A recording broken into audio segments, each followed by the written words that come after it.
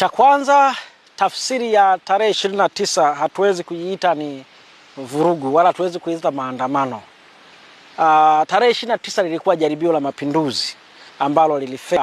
Kitaalamu tunaweza tukaitafsiri hivyo kwa kuangalia mambo kadhaa yanayoweza kutupa tafsiri kwamba tukio haya ni maandamano, hizi ni vurugu na lile ni jaribio la mapinduzi.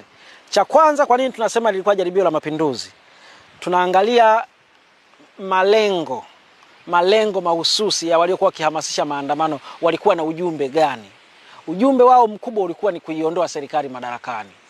Kwa mujibu wa katiba ya Tanzania tulionayo sasa, njia ya kumuondoa rais madarakani ni moja tu ambayo inahusisha umma. Ukiondoa zile njia za kibunge, kupigiwa kula, kutokuwa na imani na nini, lakini namna ya kumuondoa rais kwa kuhusisha wananchi wa kawaida au wananchi wote ni njia ni moja tu, ni ya uchaguzi. Na kila baada ya miaka 5 nchi yetu inafanya utaratibu wa kumuondoa rais na kumleta rais mpya.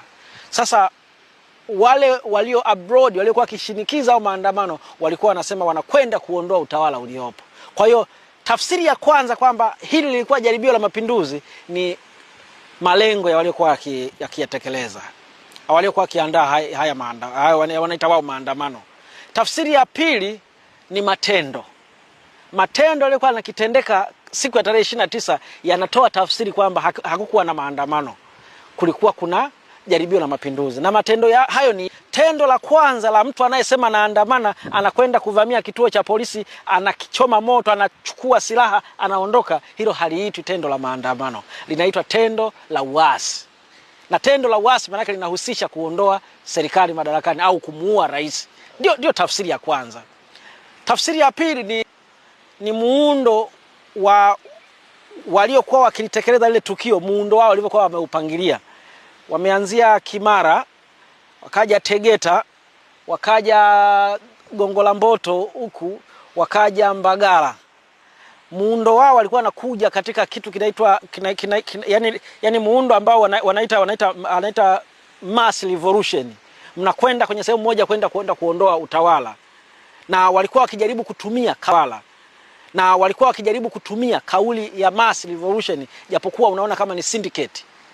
Kwa hiyo matendo ya tarehe 29 yanatutafsiria kwamba halikuwa jaribio, halikuwa nini? Hayakuwa maandamano. Lilikuwa jaribio la mapinduzi typically. Na actually kwa maoni yangu, matukio yale vyombo vya ulinzi na usalama visingezuia, vingeacha kama ilivyo mpaka kesho yake serikali ilikuwa imeondoka madarakani. Ilikuwa naangusha utawala wa wajinga. Kwa hiyo sijui tungekuwa katika hali gani. Nadhani unafahamu katika nchi ambazo mapinduzi yakitokea nini huwa kinasimama. Hakunaga mapinduzi yanayotokea halafu nchi ikarudi stable. Tungefanya nini? Leo ikipinduliwa itaingia kwenye machafuko.